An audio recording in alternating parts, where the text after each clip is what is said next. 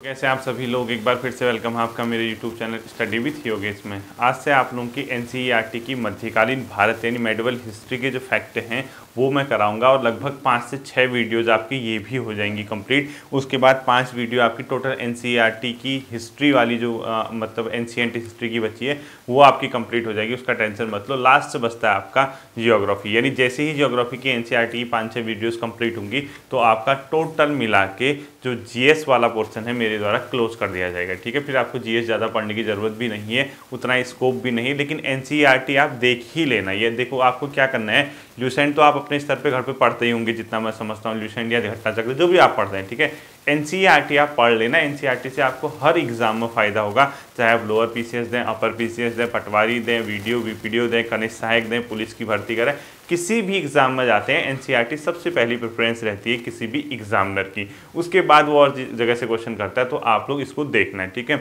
हम लोग इसको एज ए फैक्ट देखते हैं, फैक्चुअल क्वेश्चन के हिसाब से देखते हैं, यानी वनडे एग्जाम में क्या फैक्ट आ सकते हैं। और दूसरी बात याद रखना, इन चीज़ों को डिटेल से पढ़ाने का समय अभी है नहीं, डिटेल से आपको बाद में कभी पढ़ाऊंगा, लेकिन अभी फ़िलहाल आगे एग्ज़ाम है तो हमें इसको वन लाइनर के हिसाब से देखना होगा। और आपको मैं इसको पढ़ाऊंगा कैसे, क्योंकि मेडिवल हिस्ट्री जो लगती है पहली जो लगती है क्लास 7th में लगती है, उसके बाद आपको ये डायरेक्टली कहाँ मिलेगी, 11th के आसपास मिलेगी, यानी आपको 11th 12th जहाँ भी मिलती है हमने इन जगहों से क्लास क्वेश्चन पिक करने। तो आज मैं पहले दो क्लास लगभग 7th की, यानी आज की क्लास और एक आध क्लास नेक्स्ट, वो 7th क्लास के इंपॉर्टेंट फैक्ट कराता हूँ। उसके बाद आप लोगों को क्या करना है, इससे आगे को देखो। मध्यकाल में एक वर्ग उत्पन्न हुआ जिसको कहते हैं राजपूत वर्ग। ठीक है, मध्यकाल में राजपूत वर्ग उत्पन्न हुआ। इन राजपूत वर्ग में कौन लोग शामिल होते थे ये आपको पता होना चाहिए। राजपूत वर्ग में आते थे अपने आप में कौन, सामंत, सेनापति और सैनिक। ठीक है, कौन कौन आते थे, सामंत लोग आते थे। सामंत मतलब एक प्रकार के बिचौलिए टाइप के समझ लीजिए, राजा और राजा नीचे जो प्रजा के बीच के जो होते थे सामंत। ठीक है, सामंत आते थे, सैनिक भी इसके अंदर आते थे, मतलब सामंत के अलावा सैनिक भी लिखना है। ठीक है, तो मध्यकाल में राजपूत वर्ग के अंदर सम्मिलित होने वाले सामंत, सेनापति और सैनिक सभी लोग इसमें क्या थे, शामिल होते थे। ठीक है, सेनापति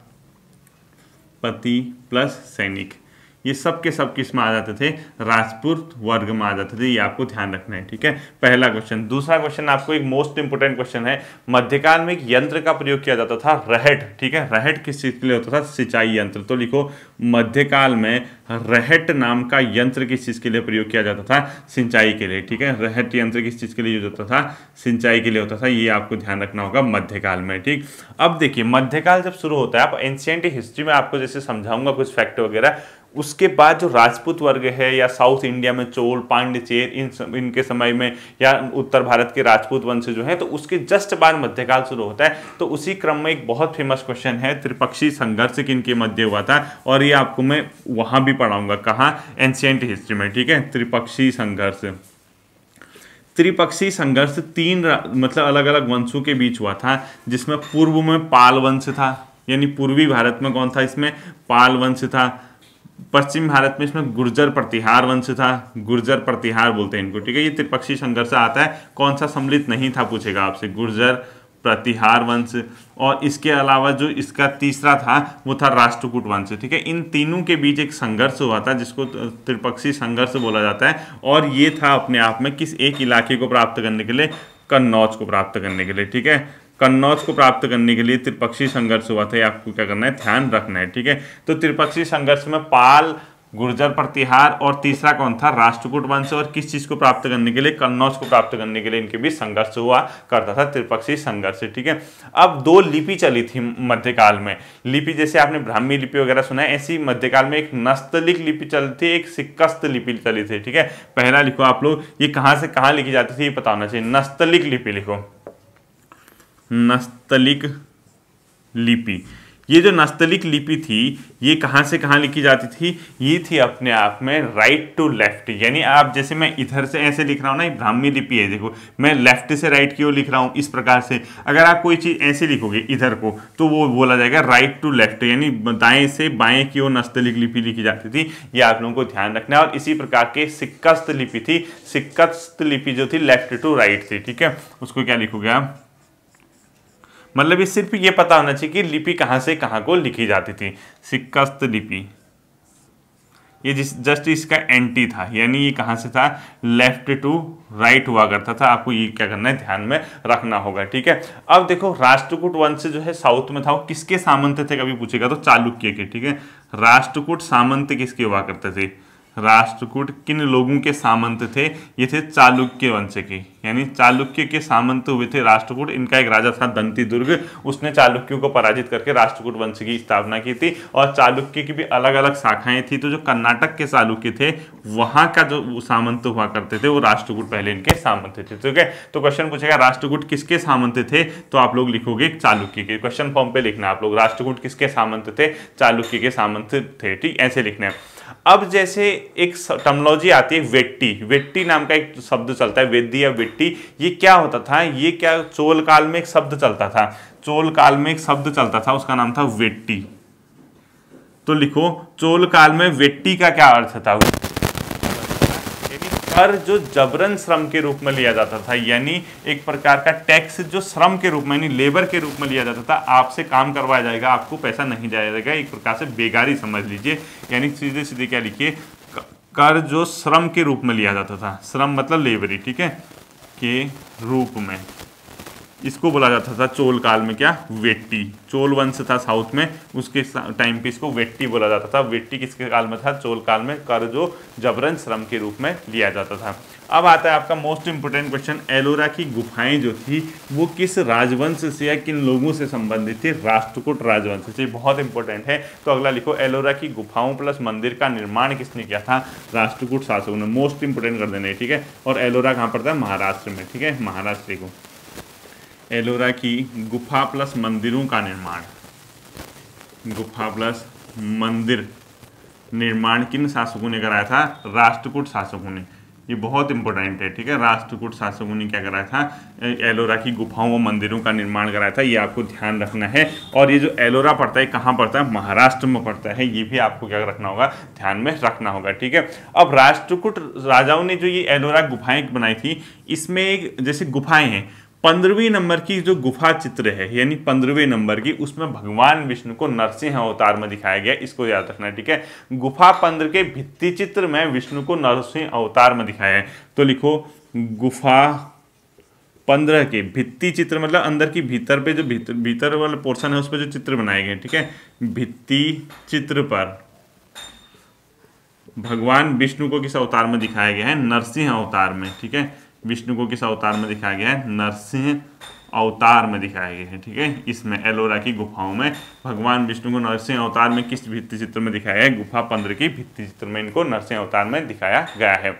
अब एक क्वेश्चन मोस्ट इंपोर्टेंट आपने सुना होगा, रास तरंगिणी के लेखक कौन है, बहुत लोगों ने सुना होगा, ये है कल्हण, ठीक है। तो रास तरंगिणी के लेखक लिखो, राज तरंगिणी के लेखक, राज तरंगिणी के लेखक, ठीक है। राज तरंगिणी किसकी है, एक मिनट रुक जाओ, ऐसे लिखता, ठीक है। राज तरंगिणी के लेखक है आपका कल्हण, कौन है, कल्हण। और ये मोस्ट इंपोर्टेंट है, किस चीज़ के बारे में बताता है, कश्मीर के इतिहास के बारे में, ये ऐसे भी क्वेश्चन पूछता है, ठीक है। कश्मीर का इतिहास क्या करता है, ये बताता है क्या, रास तरंगिणी कश्मीर के इतिहास के बारे में बताता है, कल्हण द्वारा रचित है। और ये भी आप लोगों को ध्यान रखना होगा, ये संस्कृत भाषा में लिखा गया है। तो रास तरंगिणी किसके द्वारा लिखी गई है, कहाँ का इतिहास बताता है, किस भाषा में लिखा गया है, सब आपको पता चल जाएगा, ठीक है। तो रास तरंगिणी के लेखक हमेशा आप लोगों को दिमाग में रहना होगा।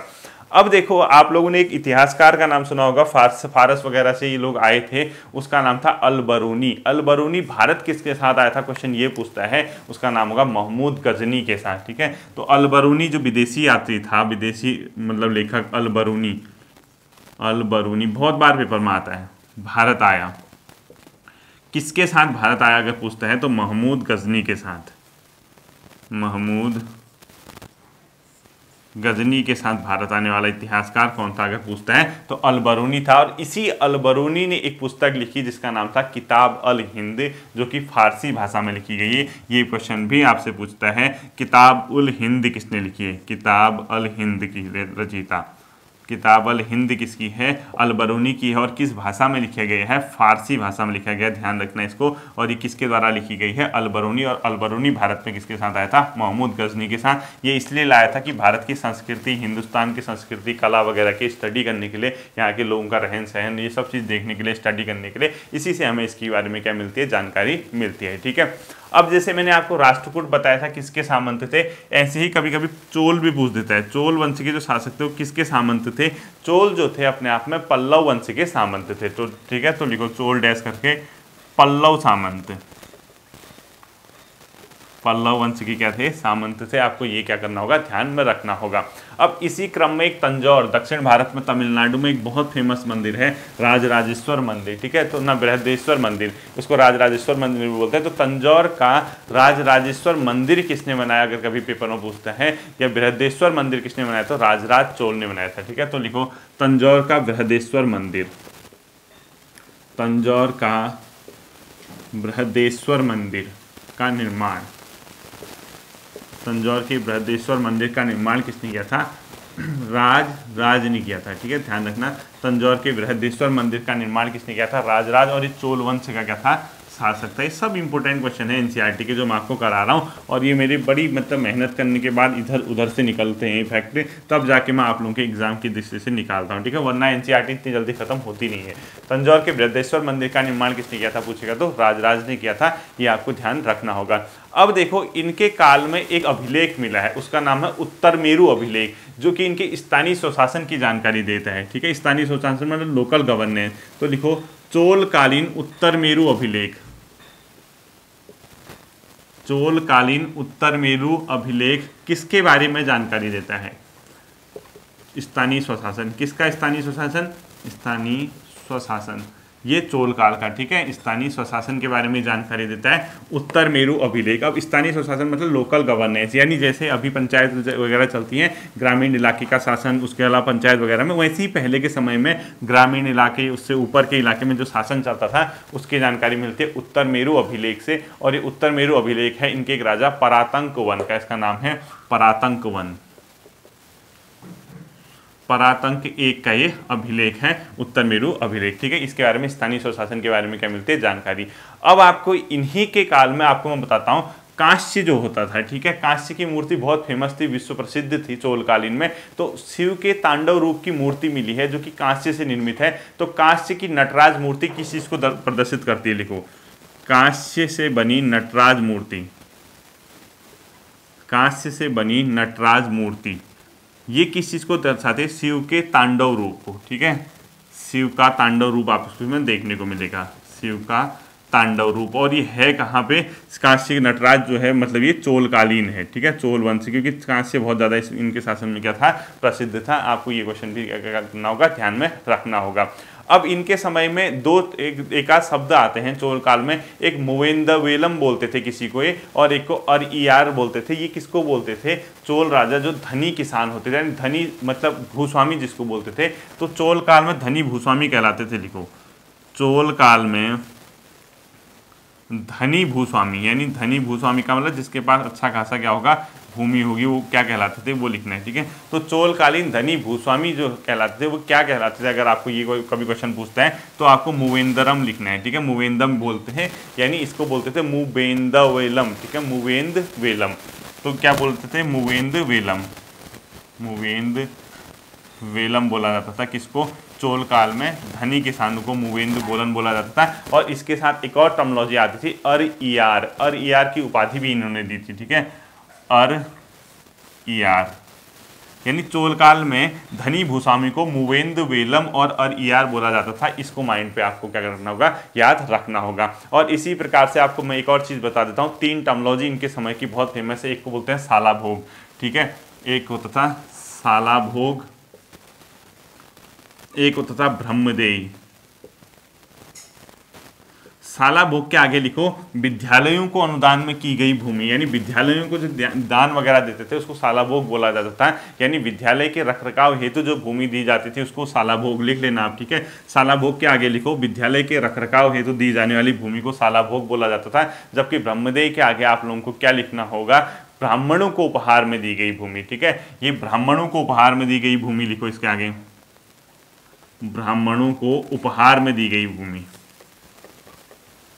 उपहार में दी गई भूमि क्या कहलाती थी? ब्रह्मदेय। जबकि साला भोग किसको बोला जाता था? विद्यालय के रख रखाव हेतु, विद्यालय रख रखाव हेतु जो भूमि दी जाती थी, ठीक है, तो साला भोग बोला जाता है विद्यालय के रख रखाव हेतु, विद्यालय रख रखाव हेतु जो भूमि दान दी जाती थी उसको साला भोग बोला जाता था। ये दोनों टर्मिनोलॉजी आपको याद रखनी होगी। और इसी क्रम में एक तीसरा शब्द इनके टाइम में आता है, उसको बोला जाता है विल्लन वगाई। वो बोला जाता था गैर ब्राह्मण स्वामी को जो भूमि दी जाती थी, विल्लन वगाई, ठीक है, विल्लन वगाई।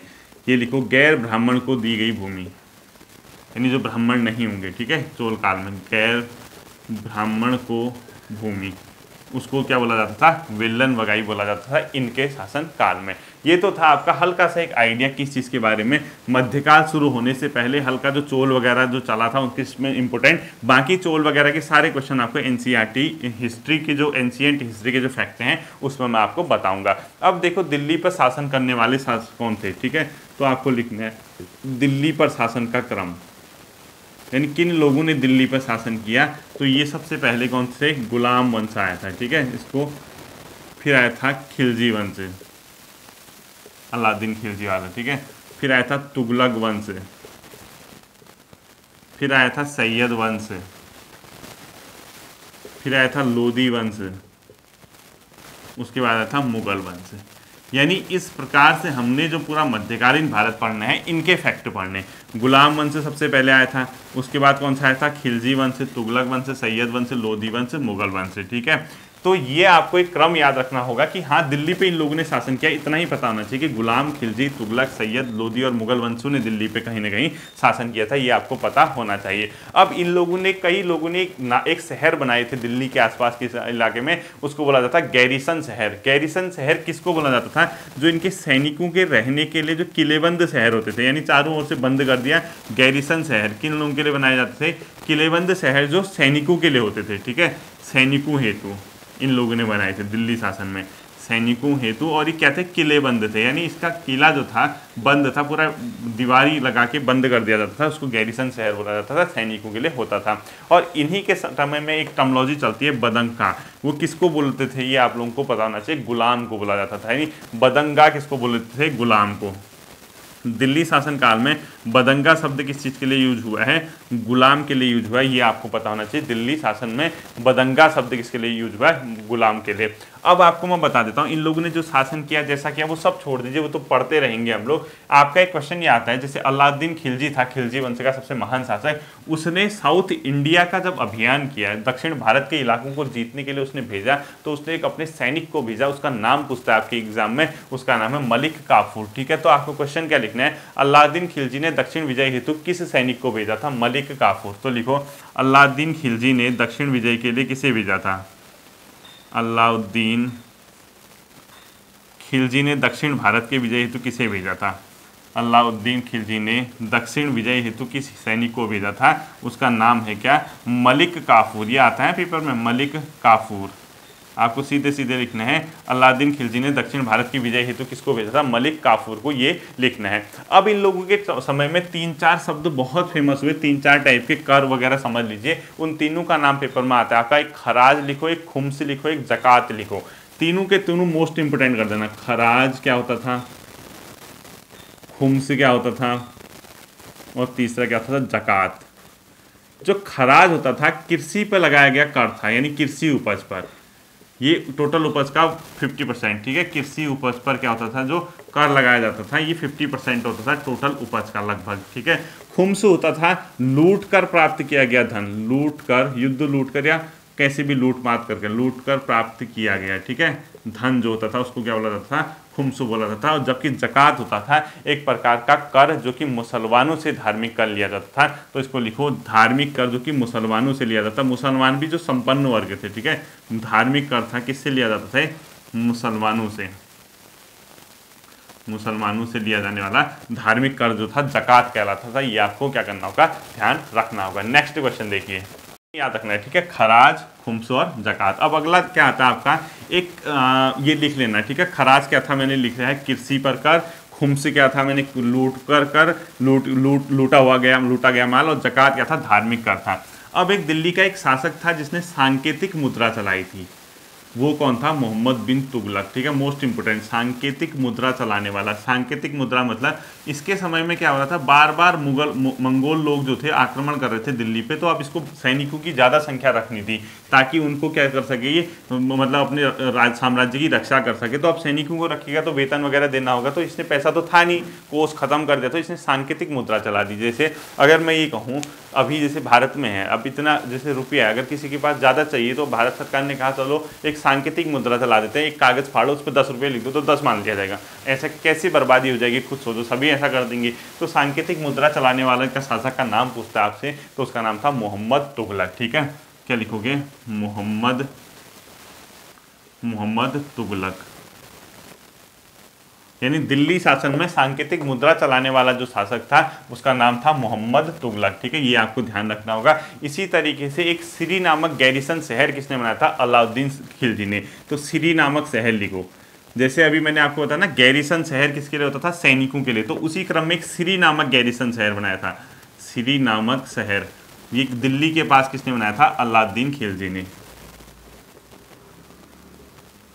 अलाउद्दीन खिलजी के द्वारा ये सिरी नामक क्या बनाया गया था? शहर बनाया था। इसको आंख बंद करके पढ़ते जाना है। ठीक है, कोई समझना नहीं है मध्यकालीन भारत के बारे में ज़्यादा।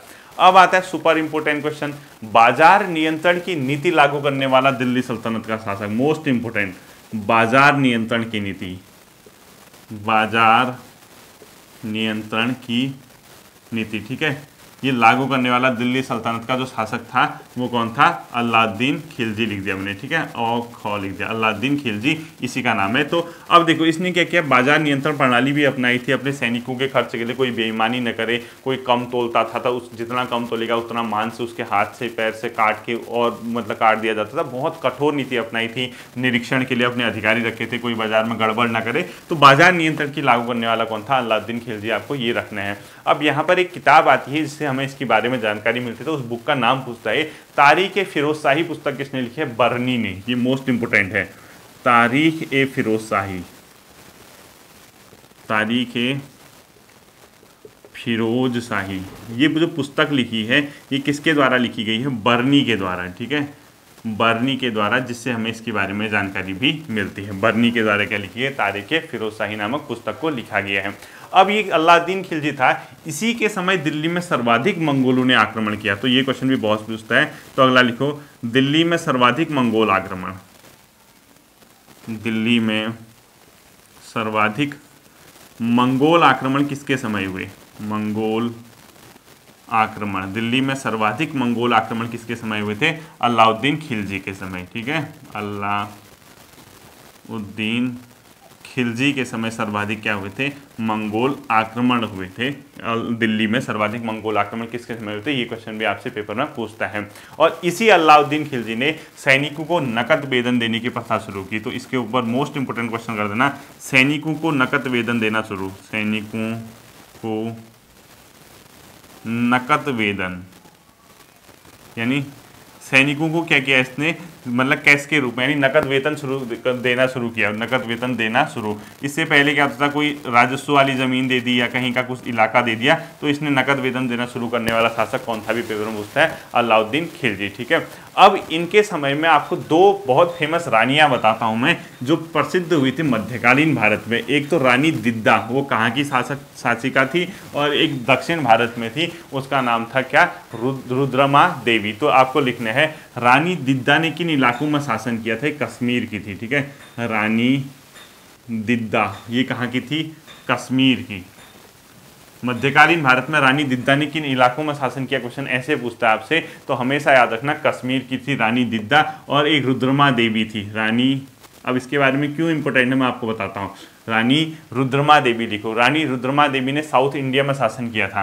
रानी रुद्रमा देवी, मध्यकालीन भारत में रानी रुद्रमा देवी ने जो शासन किया था वो कहाँ गया था? काकतीय वंश की एक शासिका थी आंध्र प्रदेश के वारंगल के इलाके में। ये किस वंश की थी? काकतीय वंश। काकतीय वंश। और इसने कहाँ शासन किया? आंध्र प्रदेश के वारंगल क्षेत्र में। ठीक है, वारंगल।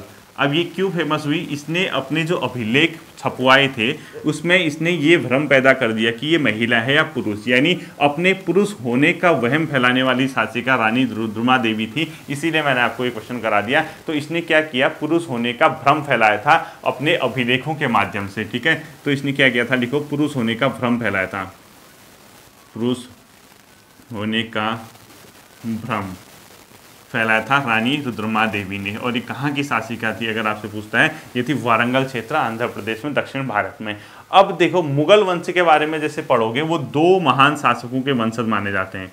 जो मुगल वंश था उसके बारे में ये बताया जाता है कि दो वंशजों के शासक, दो महान वंश, दो वंशों के थे, ठीक है। एक को बोला जाता है मंगोल वंश और दूसरे को बोला जाता है तुर्की, यानी जो मतलब ईरान इराक का जो इलाका है, यानी पहला मंगोल हो गया माता की ओर से, जिसकी यानी चंगेज खां के वो थे, ठीक है। मंगोल वंश से माता की ओर से थे, माता की ओर से, ठीक है, क्योंकि ये माता की ओर से चंगेज खां इनके वंशज कहलाए, और पिता की ओर से जो थे तैमूर के वंशज कहलाए थे। इसको ध्यान रखना, यानी पिता की ओर से ईरान इराक और तुर्की के तैमूर वंश के शासक कहलाए, ठीक है। पिता की ओर से कहाँ की ओर से थे, ईरान इराक तुर्की के शासक तैमूर के वंशज कहलाए, ठीक है, तैमूर के वंशज। और इनको अपने आप को तैमूर का वंशज कहलाना पसंद था, याद रखना। मुगल वंश जो अपने आप को कहलाना चाहते थे तैमूर का वंशज, क्योंकि चंगेज खां के बारे में इतिहास में बहुत ज़्यादा मारकाट या हत्याओं का आरोप था, तो इनको गर्व नहीं होता था इसके वंशज कहलाने में, लेकिन ये तैमूर का वंशज कहलाने में अपने आप को बहुत ज़्यादा प्राउड फील करते थे। इसी तैमूर ने जो आक्रमण किया था दिल्ली में 1398 में, देखो तैमूर का आक्रमण, बहुत इंपॉर्टेंट क्वेश्चन है। तैमूर लंग बोला जाता था, ठीक है, एक पैर से लंगड़ा था। तैमूर आक्रमण 1398 में हुआ था दिल्ली में। तैमूर ने कब आक्रमण किया पूछा था, तैमूर लंग ने 1398 में किया था, याद रखना। अब आपको 3-4 युद्ध बैक टू बैक बताऊंगा, 4 के 4 क्रम से हैं, एक न एक क्वेश्चन आता है वहां पेपर में आपका मध्यकालीन भारत से। तो पहला लिखो पानीपत का, पानीपत का प्रथम युद्ध है, ठीक है, फर्स्ट सेकंड नहीं है। पानीपत को 3 युद्ध हुए थे, उसके बाद वो तो मतलब अकबर वगैरह के समय में आपको बताऊंगा। और दूसरा लिखोगे खानवा का युद्ध, खानवा का युद्ध। फिर तीसरा लिखोगे आप चंदेरी का युद्ध, क्या लिखोगे तीसरा, चंदेरी। चौथा घाघरा का युद्ध, चंदेरी का युद्ध। और लास्ट क्या लिखोगे, घाघरा का युद्ध, ठीक। और ये सब के सब बैक टू बैक। सबसे पहले ये हुआ था 26 में, 27 में, 1528 में और 1529 में, ठीक है, 1529 में। कंफ्यूज मत करना, लिख लो पा खो चा घो, पा खो चा घो, यानी पानीपत, खानवा, चंदेरी और घाघरे के युद्ध जो हुए थे ये कब हुए थे, 1526, 27, 28। पानीपत का पहला युद्ध लिखा है मैंने, ठीक है। अब आपको ये पता होना चाहिए सब में बाबर लड़ा था, यानी बाबर तो था ही था, हर किसी में बाबर था, ठीक है, बाबर ने ही ये युद्ध लड़े थे, तो बाबर तो था ही था। और बाबर के साथ जो शासक था पहले में कौन था, इब्राहिम लोदी, इब्राहिम लोदी, इब्राहिम लोदी था, ठीक है, पहले वाले में इब्राहिम लोदी था। जो ये वाला हुआ था खानवा का, इसने राजपूत शासकों के साथ ये लड़ाई लड़ी थी, यानी सॉरी राणा सांगा के साथ, ठीक है। तो इसमें कौन था, राणा सांगा, राणा सांगा, ये थे राजपूत। और ये लास्ट वाले जो थे वो अपने आप में कौन से शासक थे, अफगान शासक थे, ठीक है। ये कौन थे, अफगान के साथ लड़ा था, अफगानियों के साथ। ये 4 के 4 युद्ध में से कोई ना कोई, ज़्यादातर तो खैर पानीपत ही आएगा। लेकिन अब देखो पानीपत के युद्ध के बाद बाबर ने, ठीक है, पानीपत के युद्ध के बाद बाबर क्या कहलाया, बादशाह। पानीपत के युद्ध के बाद बादशाह कौन कहलाया, बाबर कहलाया। पानीपत के युद्ध बाद बाबर क्या कहलाया, बादशाह कहलाया, ठीक है। अब 2 नाम लिखा रहा हूँ मैं आपको, एक सलीम लिखो, एक खुर्रम लिखो। सलीम किसका वास्तविक नाम था मुगल शासन में, क्वेश्चन ये पूछता है आपसे। दूसरा पूछता है कि खुर्रम किसका नाम था। जो सलीम था वो जहांगीर का नाम था, जहांगीर का जो नाम था, क्योंकि अकबर का पुत्र सलीम जो है जहांगीर था, और खुर्रम जो था वो अपने आप में किसका नाम था, शाहजहाँ का। और ये जहांगीर का क्या था, पुत्र था, ठीक है, ये शाहजहाँ का था, शाहजहाँ। ये क्वेश्चन शाहजहाँ, ये क्वेश्चन पूछे जाते हैं आपसे पेपर में, ठीक है। और अकबर का क्या था, ये पुत्र था जहांगीर, उसका पुत्र कौन हो गया, शाहजहाँ हो गया, ठीक है। और इसकी जो माँ थी किसकी, जहांगीर की, यानी अकबर की जो बीवी थी जोधाबाई, उसका दूसरा नाम था हरखाबाई, ठीक है। क्या लिखोगे, जोधाबाई का अन्य नाम हरखाबाई, जोधाबाई का अन्य नाम लिखो हरखाबाई, हरखाबाई। बाई, ये कौन थी? अकबर की वाइफ थी, ठीक है, हरका बाई, ये आपको याद रखना होगा। सलीम और खुर्रम ही आता है पेपर में। अब देखो शाहजहां जो था उसने जीवन के अंतिम समय में किस इलाके में उसको कैद किया गया था? आगरा में। तो लिखो शाहजहां को जीवन के अंतिम समय में कैद, शाहजहां अंतिम समय में कैद, अंतिम समय में कैद कहाँ हुआ था? आगरा में। ये भी आपको क्या करना है? ध्यान रखना है, ठीक है। अब आपको एक इंपॉर्टेंट क्वेश्चन बताता हूँ। साउथ इंडिया का जो 2 इलाके थे उसको मुगल साम्राज्य में मिलाना बड़ा मुश्किल हो रहा था, लेकिन लास्ट में औरंगजेब ने उसको मिला ही लिया। उन दोनों के नाम थे बीजापुर और गोलकुंडा। तो लिखो बीजापुर और गोलकुंडा को मुगल में किसने मिलाया? बीजापुर प्लस गोलकुंडा को मुगल साम्राज्य में मिलाया। किसने मिलाया था? और ये आपका औरंगजेब ने मिलाया था, ठीक है। यानी बीजापुर और गोलकुंडा को मुगल साम्राज्य में मिलाने वाला शासक कौन था? अगर कभी पेपर में पूछता है तो औरंगजेब था। और बीजापुर को उसने कब मिलाया था? 1685 में, और गोलकुंडा को 1687 में। 1685 में इसको मिलाया, 1687 में इसको मिलाया। और ये शासक कौन था? आपने आपसे पूछता है तो औरंगजेब ने। और इस औरंगजेब के विरुद्ध छापामार युद्ध का प्रयोग करने वाला जो था वो शिवाजी था। तो इसके लिखो औरंगजेब के विरुद्ध छापामार या गुरिल्ला वार कहते हैं, ठीक है, छापामार, छुप के वार करके छुप जाना, छापामार युद्ध किसने किया था? शिवाजी ने। याद रखना इसको, औरंगजेब के खिलाफ छापामार युद्ध करने वाला कौन था? शिवाजी था। ये भी आपको क्या करना है? वन डे एग्जाम के हिसाब से याद रखना होगा, ठीक है। और आज के दिन का अंतिम जो क्वेश्चन है वो है मुगल में सेवा में आने वाले नौकरशाह क्या कहलाते थे? मैं आपको समझाता हूँ, ठीक है।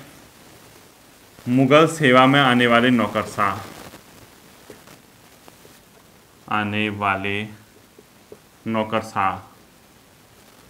नौकरशाह ये क्या कहलाते थे? मनसबदार। क्या कहलाते थे? मनसबदार। मोस्ट इंपोर्टेंट क्वेश्चन कर देना ये। और ये मनसबदारी प्रथा चलाने वाला कौन था? अकबर था, ठीक है। नौकरशाह क्या कहलाते थे? मनसबदार। और ये मनसबदारी जो प्रणाली चलाई थी ये किसने चलाई थी? अकबर ने। मनसबदारी किसने चलाई थी? अकबर। मनसबदारी क्या चलाई थी? अकबर। इनको क्या किया जाता था पहले के समय में? क्या होता था, जैसे जो इनके पास मनसबदार मतलब कोई ना कोई सरकारी पद, अधिकारी, यानी एक प्रकार के हैसियत रखते थे, ठीक है। इनको क्या किया जाता था, जैसे पहले के समय में राजस्व वगैरह के लिए कोई नगद वेतन देता था, कुछ देता था, लेकिन इन लोगों ने एक सिस्टम शुरू किया, राजस्व वाली भूमि के रूप में इनको जागीर दी जाने लगी, ठीक है। यानी मनसबदारी में क्या होता था, इनको एक राजस्व वाली भूमि के रूप में इनको जागीर देते थे। राजस्व वाली भूमि इनको दी जानी, राजस्व वाली भूमि क्या कहलाती थी? जागीर कहलाती थी। जागीर क्या थी? मुगल काल में राजस्व वाली भूमि थी, ये आपको याद रखना है, जागीर। अब ये जो मनसबदार थे इनका एक प्रकार का मतलब एक कोई ना कोई पद होता था, ठीक है, इनके शासन में आने पे। अब इनका पद होगा, इनको कुछ ना कुछ वेतन मिलेगा, मिलेगा नहीं मिलेगा, पद होगा, वेतन होगा, इसी के साथ साथ इनके कुछ सैन्य उत्तरदायित्व तो होते थे, यानी सैन्य रिस्पॉन्सिबिलिटी जिसको बोलते हैं, ठीक है, सैन्य उत्तरदायित्व होता था इनका, ठीक है, सैन्य उत्तरदायित्व भी होता था। यानी मनसबदार इनके नौकरशाह, कोई अधिकारी कर्मचारी जो भी है, इनको वेतन मिलता था, पद मिलता था, और इसके अलावा सैन्य उत्तरदायित्व होते थे, ये आप लोग याद रखना। और वेतन जो इनको मिलता था वो राजस्व वाली भूमि मिलती थी, जिसको जागीर बोलते थे। यहाँ मैंने लिंक कर दिया, इनको राजस्व वाली भूमि मिलती थी, वेतन जिसको बोला गया जागीर। इनके कुछ सैन्य उत्तरदायित्व भी होते थे, और इनको 2 चीज़ें रखने का अधिकार था, उसके लिए जात और सवार शब्द प्रयोग हुआ है। मनसबदारों के लिए जात और सवार शब्द प्रयोग किया गया, ठीक है। सवार का मतलब जितना एक मनसबदार अपने अंदर क्या रख सकता था? घुड़सवार, घोड़े व घुड़सवार की संख्या सवार कहलाती थी, ठीक है। घोड़े प्लस घुड़सवार, सवार की संख्या, ये क्या कहलाती थी? अपने आप में सवार कहलाती थी। जबकि जात से क्या होता था कि इसका वेतन, जितना जात ज़्यादा होगा उसकी वेतन व प्रतिष्ठा उतनी ज़्यादा होगी, ठीक है, वेतन भी ज़्यादा होगा और प्रतिष्ठा या सम्मान भी उसका क्या होगा? ज़्यादा होगा उसका। तो मनसबदारी प्रथा शुरू करने वाला शासक कौन था? अकबर, या मुगल काल में ही चली थी। और ये के किससे था संबंधित? अपने आप में एक प्रकार की नौकरशाही व्यवस्था इनकी चलती थी। और इन्होंने बाद में इसी के क्रम में एक व्यवस्था शुरू की, जब्ती व्यवस्था, जो कि मुगल राजस्व की व्यवस्था है, ठीक है। तो जब्ती प्रणाली क्या थी? लिखो, जब्ती या जब्ती व्यवस्था, ठीक है, जब्ती प्रणाली ये थी मुगल राजस्व व्यवस्था, मुगल राजस्व व्यवस्था था। मैं आपको बता दूंगा ये जब्ती प्रणाली क्या थी, मुगल राजस्व व्यवस्था थी। ये भी मोस्ट इंपोर्टेंट क्वेश्चन है। मनसबदारी प्रथा किससे संबंधित थी, जात सवार किससे टर्मिनोलॉजी आते हैं, और किसने ये मनसबदारी प्रथा चलाई थी, अकबर ने चलाई थी। और लास्ट जो आता है आपका इक्ता आता है, ठीक है। इक्ता प्रणाली शुरू करने वाले, पहले छूट गया था मेरा, इक्ता प्रणाली की थी इल्तुतमिश ने। दिल्ली गवर्नर में पहले वंश का जो गुलाम वंश का शासक था इल्तुतमिश, ठीक है। इल्तुतमिश ने कौन सी प्रणाली शुरू की थी अपने आप में, इक्ता प्रणाली। इसमें क्या किया जाता था, किसी भी आदमी को एक क्षेत्र दे दिया जाता था, ठीक है। जैसे ये रीजन दे दिया, यहाँ की भूराजस्व, यहाँ की सैनिक, यहाँ की जिम्मेदारी उसकी होगी, कोई प्रांत टाइप का दे दिया, उसको इक्ता प्रणाली कहा जाता था। वो किसने शुरू किया था, इल्तुतमिश ने शुरू किया था, ठीक है। तो ये था आपका मध्यकालीन भारत का डे 1 की क्लास, ठीक है। इसी प्रकार से आपकी 5-6 क्लासेज आएंगी। तो मध्यकालीन भारत के जितने इंपॉर्टेंट क्वेश्चन होंगे हम लोग उसको कवर कर लेंगे, ताकि आपके एग्जाम लोअर पीसीएस हो, वीडियो बीपीडी हो, पटवारी हो, किसी भी एग्जाम हो, इस पोर्शन से क्वेश्चन आपका न छूटे। कराऊंगा सिर्फ मोस्ट इंपोर्टेंट, सारी डिटेल नहीं पढ़ाऊंगा, क्योंकि ये एग्जाम ही इसी तरीके के होते हैं। ये वनडे एग्जाम में इसी तरीके से पढ़ाया जाता है, ठीक है। फिर मिलता हूं आपके साथ अगले सेशन पे। अपना ध्यान रखिए। Thank you.